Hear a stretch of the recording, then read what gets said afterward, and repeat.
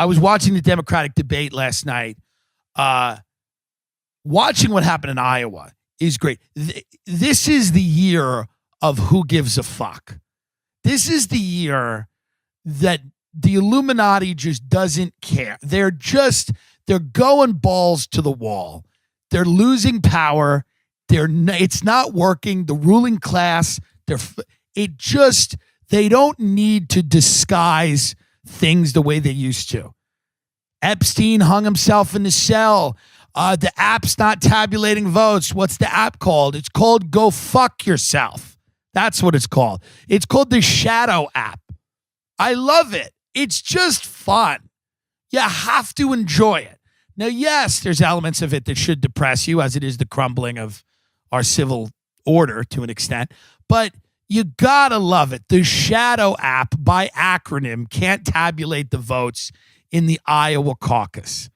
They don't even take any care or concern with the name when they're coming up with this.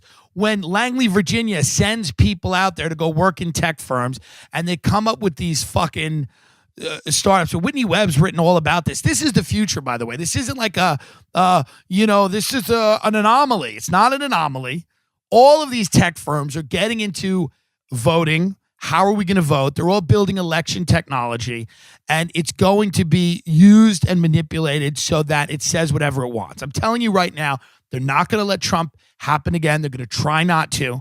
They're going to do the best they can to limit people's ability to vote. And you're seeing it. It's just going to fucking happen. I mean, it's just kind of hilarious. And then, of course, who do all the votes go to? They go to Mayor Pete. Mayor Pete, who's the president of a town that's not even real. South Bend, Indiana is not real. Doesn't exist. If you go to where they say South Bend, Indiana is on a map, you'll be turned away by military police. My friend did it last week.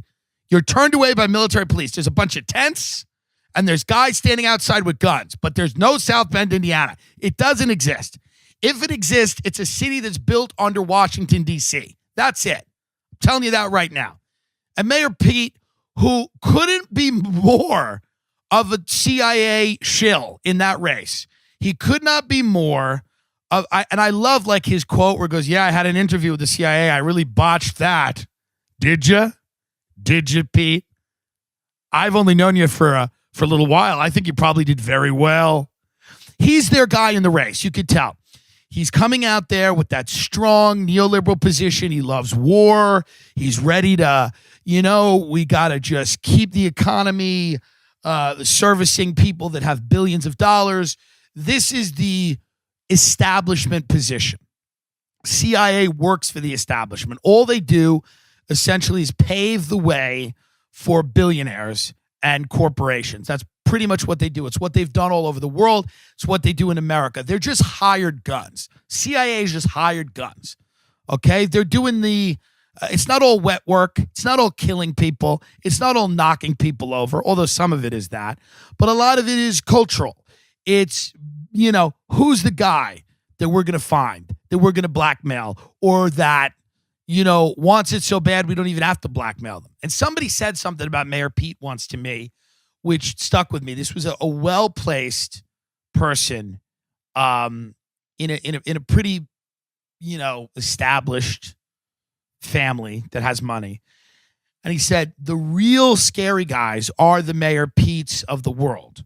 They're the guys without money and without connections, but they want it so bad that they will do anything. He said, those are the truly terrifying people, people that come from nowhere, come from nothing. And a lot of these people, by the way, that's how they are thrust onto the national stage. They're the mayor of a town you've never heard of. Well, why do a bunch of millionaires and billionaires love the mayor? Why do they love the gay mayor of South Bend, Indiana? Why is that guy their choice? What exactly about him excites a bunch of billionaires? Is it that they want the first gay president? Perhaps, but why? Why do they want the first? Is it because they care about human rights? No, it's because it's a great way to sidestep any meaningful critiques of somebody. And this is why you have like identity politics happening in the way it does, where we just elevate people based on their sexuality, their race, their gender, and it doesn't matter what they believe. Who cares what they believe? Doesn't matter. My friend, we talk about this a comedian that we kind of know.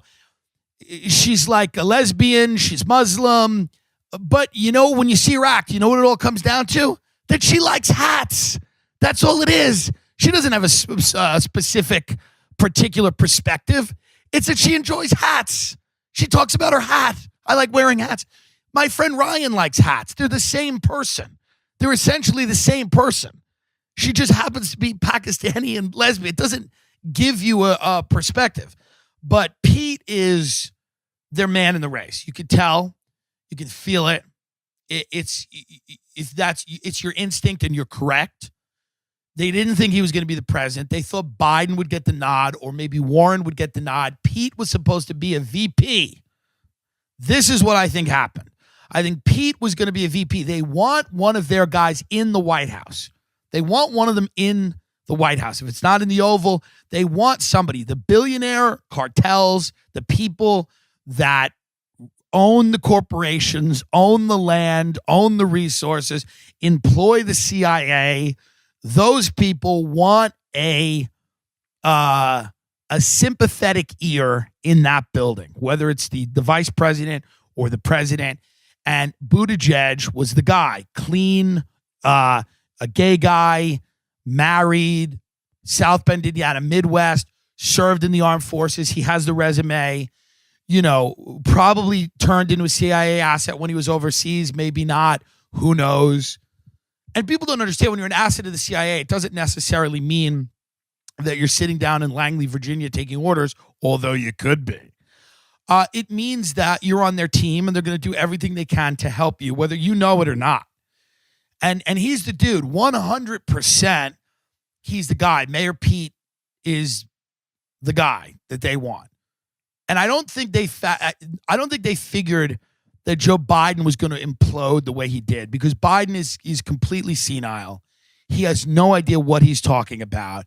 He's smelling the hair of children. He's making out with his niece. This is what he's doing. I mean, he's full throat making out with his granddaughter on stage. No one knew that was going to happen.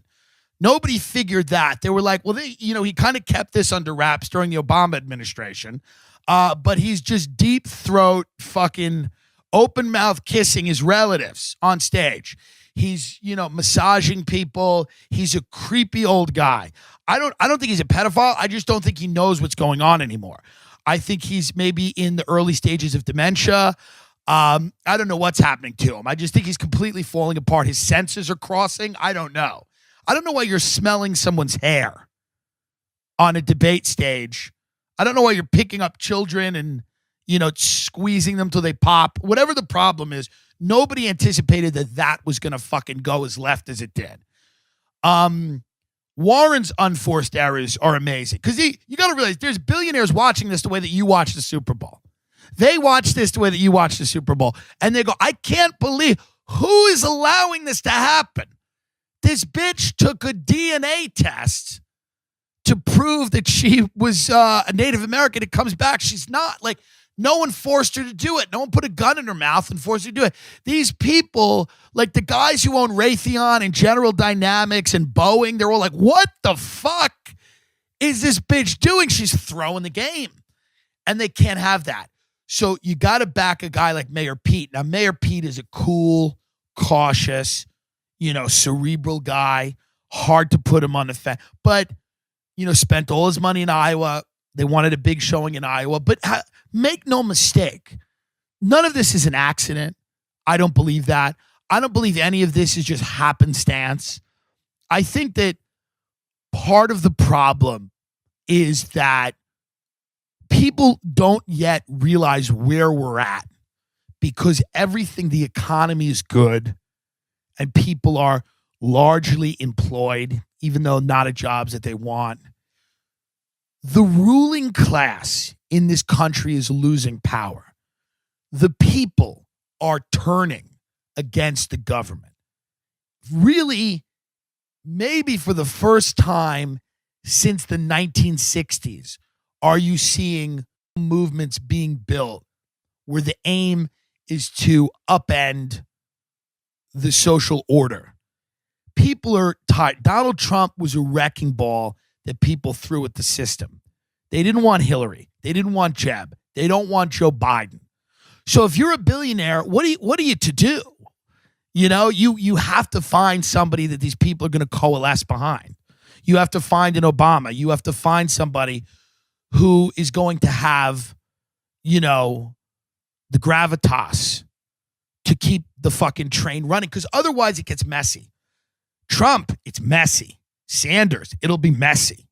When you have an anti-establishment guy in there that's willing to call out the CIA, call out the FBI, when you're willing to go to those links to totally remake society, starting with your own political party, Trump remade the Republican Party. Sanders will have to remake the Democratic Party. Big Democrat donors are fucking losing their minds. I know somebody who works, you know, in a company where like John Kerry's a partner. And, you know, John Kerry was on the phone the other day. Somebody overheard his conversation. He's like, I mean, what? Should I run? What are we going to do? Like, these guys are losing their grasp on their party. They're losing their grasp on the country. And you're starting to see, so then they have to fight back. They can't just, they're not going to go quietly into the night. That's not what having billions, you don't amass billions of dollars by being agreeable. They're not just going to step aside. They're going to have to kick up some dirt. And they're going to do everything they can. They've thrown a lot of shit at Trump. None of it is stuck. Trump is a corrupt guy. He spent years and years. Hold on, Chicago. There's a fucking ambulance in Chicago. Somebody shot in Chicago every 15 minutes. So this is why there's ambulances going on. But they threw everything at Trump. Nothing stuck. Now, maybe when he's out of office, something will stick. I don't know. I have no doubt that there's corrupt dealings that they could unearth. By the way, and I have no doubt if they looked at Obama or Clinton, it's the same fucking thing. Okay? But what are they going to throw at Bernie? So the first thing they threw at Bernie was this kerfuffle in Iowa where an app couldn't tabulate all the votes, and the late reporting precincts all broke for Bernie Sanders. Fuck you. You know what this is. You know what it is. Bernie could have come, if Bernie won Iowa, he might have come out of there not, you know, with a mandate. It might have started to look like the big money or the momentum. He would never have, he's not going to get the big money, but the momentum, clearly grassroots party activists would all kind of flow to him. They've bought themselves some time now. Now Bernie's going to win New Hampshire. Then the media is going to talk about that New Hampshire doesn't really matter. This is the next thing they're going to do. They're going to be like, well, we always knew he was going to win New Hampshire.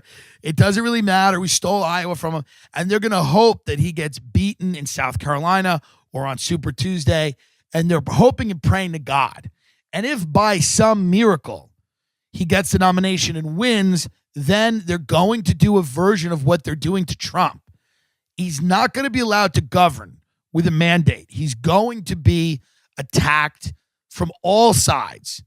You know, they're going to have people in the Democratic Party that are turning on him in the same way that they have Republicans flipping on Trump.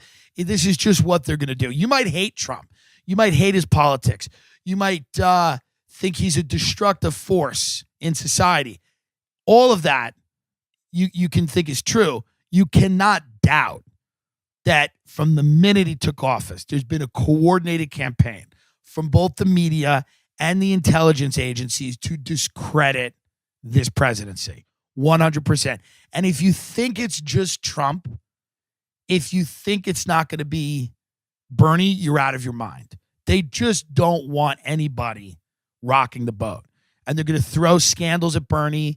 They're gonna, you know, back people. They're gonna turn people in his administration against him. They're gonna have people spying. I mean, this is what they've done forever. It's just not going to change. The problem is it's becoming more obvious. They're getting more desperate. As you get more desperate, when you're a criminal and you get desperate, the crimes become high. You start grabbing things, you know, the old smash and grab. Midday, in the middle of a public park, you just fucking grab somebody's pocketbook and run. Why? Because you're desperate. That's not a highly organized criminal activity. You know? You're fucking doing what you can to steal some votes in Iowa from this guy. But it's very interesting to watch happen. The good news for all of us is that corporations have governed the country for a long time. It's really not. The elections, as important as they are, if Mark Zuckerberg stepped down at Facebook, it probably has more of an effect on people's life than the elect. For now. If you need, go get a potato and put a Marlboro Light in its mouth and watch that and then press play on your phone.